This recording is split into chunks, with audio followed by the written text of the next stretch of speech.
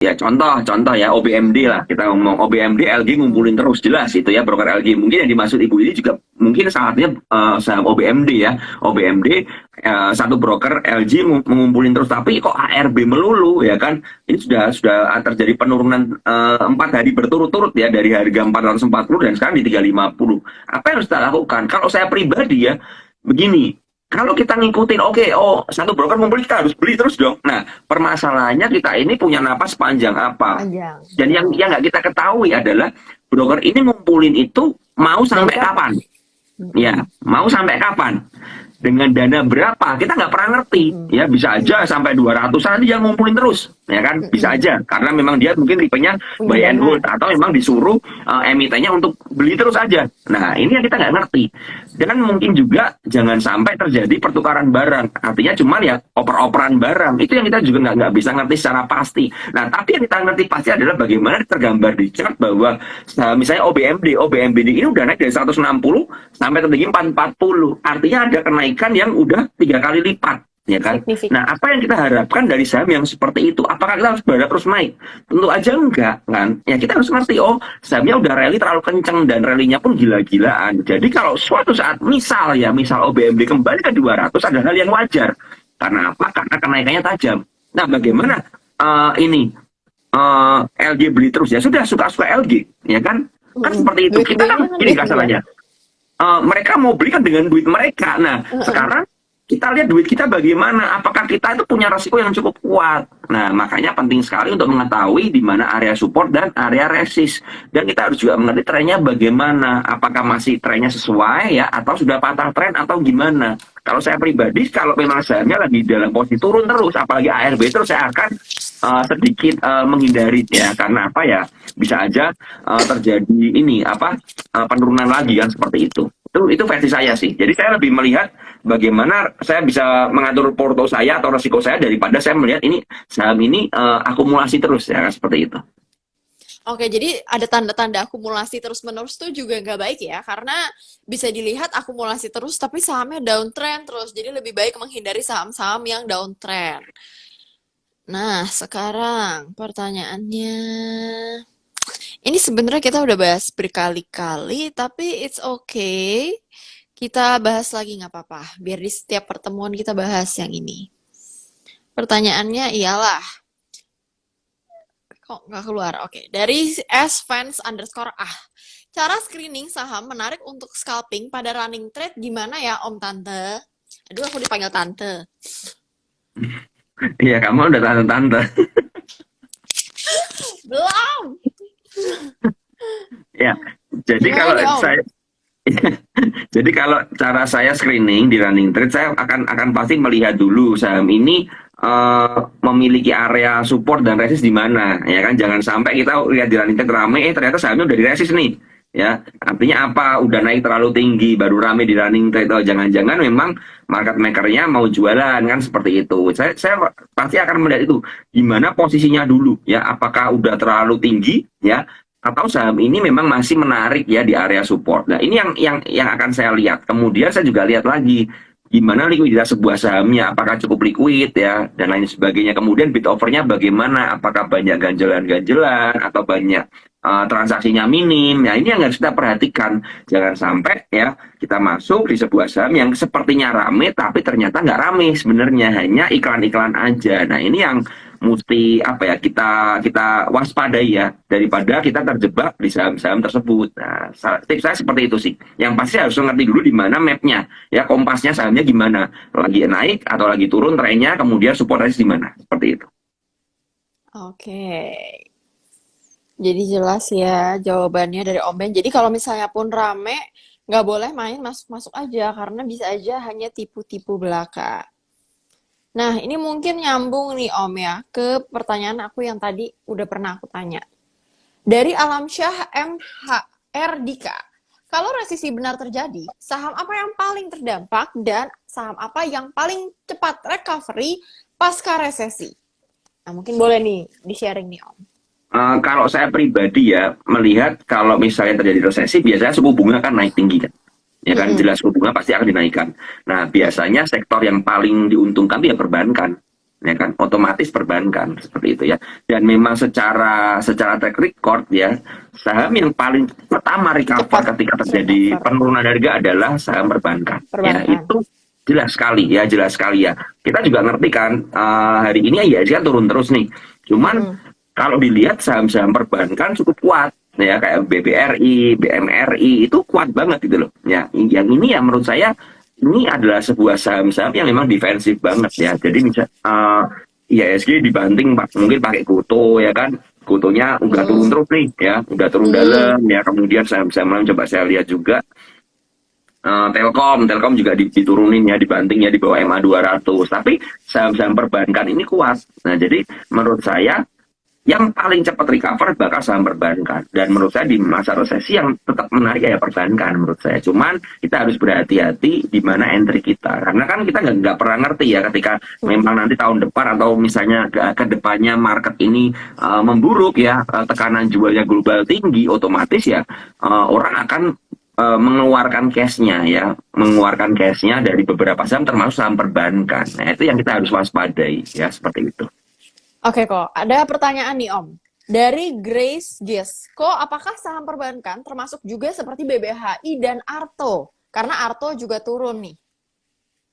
Gimana nih menurut Om? Uh, menurut saya perbankan yang saya ngomong ini adalah saham perbankan yang big caps ya, bukan seperti Arto First ya, tadi ya. seperti itu.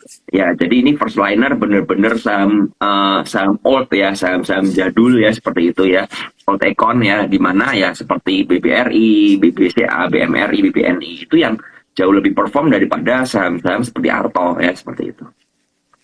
Nah, Om, kalau tadi Om juga sempat nyinggung nih, Goto dan Telkom itu lebih ke arah downtrend gitu ya. Berarti kurang lebih sama nggak sih Om kalau kita dengar di Amerika itu saham-saham yang berbau-bau teknologi dan juga fintech itu lagi dihindari banget. Dan apakah itu akan mengikuti juga nih seperti IHSG? Kalau saya ngomong Telkom belum downtrend ya, Telkom belum downtrend, tapi kalau Goto jelas ya sudah downtrend. Nah, cuman kalau kita ngomong kenapa saham-saham teknologi ini paling dihajar duluan ya jelas karena memang ketika terjadi resesi seperti ini ya, dunia krisis ya, orang akan cenderung menghindari saham-saham yang teknologi ya, sektor-sektor seperti itu ya, orang akan cenderung lari ke saham-saham old econ ya, di mana saham ini lebih sustain ya menurut saya. Nah, itu yang terjadi ya, makanya kita nggak heran banget kenapa saham-saham teknologi ya di Indonesia pun juga diajar dan Ikutan. bisa-bisa ya, karena memang ya itu yang kenyataannya seperti itu, orang akan cenderung lebih lari ke yang defensif, yang lebih cari aman, yang udah teruji kan seperti itu ya. Sedangkan saham-saham ini kan baru, anak baru di market ya. Nah itu yang mesti teman-teman perhatikan seperti itu. Oke. Contohnya WIRG ya guys, sampai 50. Jangan dong WIRG 50. Oh BRI kalau 50 saya malah beli nggak apa-apa. Kalau 50 saya beli deh. Aduh, loss-nya bisa 80% nih saya kalau gitu. Oh, nyangkut ya, nyangkut Iya, BRI. nyangkut. Jangan dong. Oke. Pertanyaan selanjutnya dari Agus 3 Wibono. Kalau saham yang kita hold udah masuk area cut loss, tapi tiba-tiba ada inflow masuk, itu bagusnya tetap hold, apa tetap cut loss ya? Kalau saya Drastis ya. pribadi, saya akan lebih lihat kita udah masuk berapa banyak sih sebenarnya. Ya, jadi misalnya ya, teman-teman dari alokasi dana misalnya 10 juta udah masuk 8 juta. Nah, berarti kan teman-teman udah masuknya kegedean. Nah, gimana ya? Kalau saya pribadi sih saya mengurangi posisi. Ya, tujuannya apa? Kalau sampai di bawah turun lagi, saya bisa mengcover di bawah selama sahamnya masih ada akumulasi. Kan seperti itu. Tapi kita harus melihat juga marketnya keseluruhan arahnya gimana. Apakah market akan ada potensi rebound atau market ini malah akan dibanting lagi ke bawah ya. Kalau masih dibanting lagi ke bawah ya ya udah, tentu saja semua saham apapun itu yang memang baik sekalipun ya bakal terkena dampaknya. Karena apa? Karena semua orang ingin jualan. Nah kan begitu. Nah yang dilakukan bisa market maker adalah membiarkan orang jualan dulu. Biar mereka jualan, dibikin panik sekalian mungkin, nah kemudian mereka akan ambil di bawah lagi. Ya, itu yang terjadi di market yang menurut saya kalau ada panik sell dan lain sebagainya itu yang terjadi. Jadi pasti akan ada pantulan-pantulan ya seperti itu. Oke. Ada lagi nih Om, pertanyaan dari Andreas Novi. Om, tadi ada penjelasan, saat ini strategi yang pas itu trading pendek-pendek. Nah, indikator apa ya yang cocok untuk screening saham yang bagus untuk trading pendek? Sama, kapan ya masuk, kapan waktu untuk masuk yang tepat dan kapan waktu untuk yang tepat untuk keluar? Jadi, strategi tradingnya pakai indikator apa nih? Kalau saya lebih jujur kan kayak pakai indikator kayak teknikal saya cuma pakai moving average aja ya saya pakai moving average aja saya nggak pakai banyak indikator karena dari moving average saya udah ngerti ini arahnya mau kemana ya jadi indikator ini kan fungsinya membuat kita lebih paham pergerakannya ya kan jadi teman-teman jangan sampai salah artinya apa artinya begini kalau dengan indikator satu aja kan udah ngerti arahnya kemana ya nggak perlu dipasang banyak indikator karena biasanya malah kebingungan nanti ya kan tapi kalau teman-teman pakai 3 indikator, cocok ya, itu nggak apa-apa, silahkan ya. Tapi kalau saya pribadi, kalau saya dengan 1 indikator aja saya udah bisa melihat arahnya, ya itu cukup buat saya, ya kan seperti itu. Kalau memang kurang ya mungkin dipasang lagi MACD dan lain sebagainya, itu boleh ya, itu bisa untuk melihat adakah divergen atau dan lain sebagainya. Nah, lalu bagaimana apa ya strategi kita? Tadi pertanyaan kedua apa ya? Sama, sama. Intinya tentang strategi sama timingnya. Kapan masuk, kapan Oh keluar. ya ya ya ya kapan keluar ya. Intinya kalau begini, kalau saya pribadi melihat saya memiliki sebuah saham nih, ya. Saya merasa memang tekanan jualnya tinggi ya seperti itu ya. Banyak yang mau berjualan, overnya di apa dijemur tebel-tebel, tapi nggak ada yang mau HK, malah mau diturun ke bawah. Nah maka yang saya lakukan adalah saya akan mencoba mengurangi posisi. Tujuannya apa? Kalau sampai ada panik sell, saya bisa cover di bawah. Ya, itu yang saya lakukan. Standpoint. Jadi ini teknik scalping ya. Jadi saya akan sedikit main tektok aja. Tujuannya apa? Saya akan mencoba mengurangi barang ya. Kemudian saya akan cover di bawah ya. Sehingga apa? Saya memiliki average yang semakin ke bawah gitu loh. Ya, semakin rendah. Barang saya nggak terlalu banyak, tapi average saya bisa di bawah. Nah, ketika marketnya udah normal, udah nggak ada tekanan ya. Seperti tadi ya kita lihat sesi satu tekanannya gede banget ya. Semua panik sell ya. Tiba-tiba semua rontok begitu. Nah, tapi ketika mereka udah membaik, maka saham-saham ini akan recover lagi. Saya tadi sempat ada bikin story di mana IHSG ini merah, saham yang hijau cuma ada 90-an ya 91 atau 92 ya 92. tapi ternyata setelah terjadi recover ya IHSG-nya yang hijau itu jadi 130-an ya 137 140-an tadi sempat. Nah artinya apa? Artinya ketika kita melihat marketnya panik ya udah kita lepas dulu. Nah kalau kita merasa masih bagus ya kita akan tangkap di bawah ya jadi kita lepas kita tangkap bawah. Ya, ketika marketnya rebound ya seperti itu teman-teman yang udah ngambil di bawah silakan mau bongkar sebagian boleh mau tetap boleh. Intinya adalah kita ini nggak boleh overload di dalam sebuah saham. Kalau overload yang terjadi apa? Kalau sampai terjadi bantingan ke bawah ya teman-teman akan nggak bisa apa ya mengukur resikonya. Nah ini yang penting banget untuk teman-teman mengerti dan ketahui. Tidak pernah ada tempat atau titik ideal kapan kita beli dan kapan kita jual. Tapi adalah bagaimana cara kita mengatur ritme di portofolio kita dan money management kita. Ya itu. Oke. Tadi ada yang sempat nanya, Om Ben pakai MA-nya berapa ya? Seingat aku Om Ben itu pakai simple MA 10 dan 20. Bener nggak ya? Ya. Saya pakai 10, 20, dan 200 aja. Ya, dan 200. Oke. Ini ada yang nanya dari Berisi 26. Buat bisa mengerti dengan hanya pakai 1 indikator MA, latihannya gimana ya, Om? Mungkin itu by the time kali ya, Om? Ya kan begini ya. Logiknya begini. Kita misalnya pakai 2 MA aja lah. Pakai yang buat pendek-pendek ya. MA 10 atau MA 5 dan MA 10 atau MA 10 dan MA 20 ya. Tergantung kalian cocok yang mana.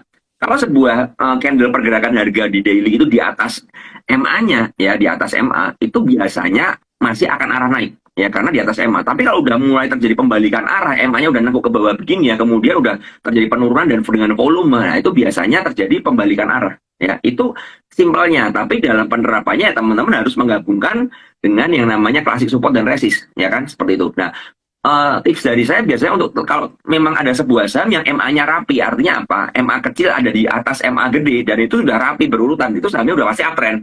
Ya, jadi MA 200 di bawah, kemudian MA 100, MA 50, MA 20, MA 10, MA 5, seperti itu berarti sahamnya uptrend. Tapi kalau kebalikannya, MA gedenya di atas, berarti bisa aja sahamnya itu udah lagi downtrend. Ya, itu kan kita hanya melihat arahnya aja.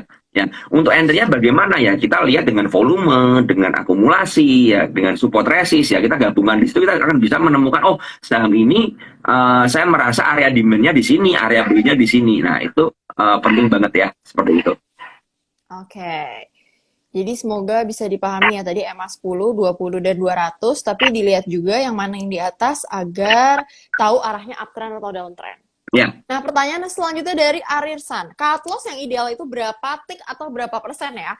Karena saya disiplin cut loss, jadinya cut loss terus. Begitu naik, turun dikit, cut loss lagi. Modalnya semakin menipis. Nah, ini nih Om. Pasti banyak yang galau kayak dia.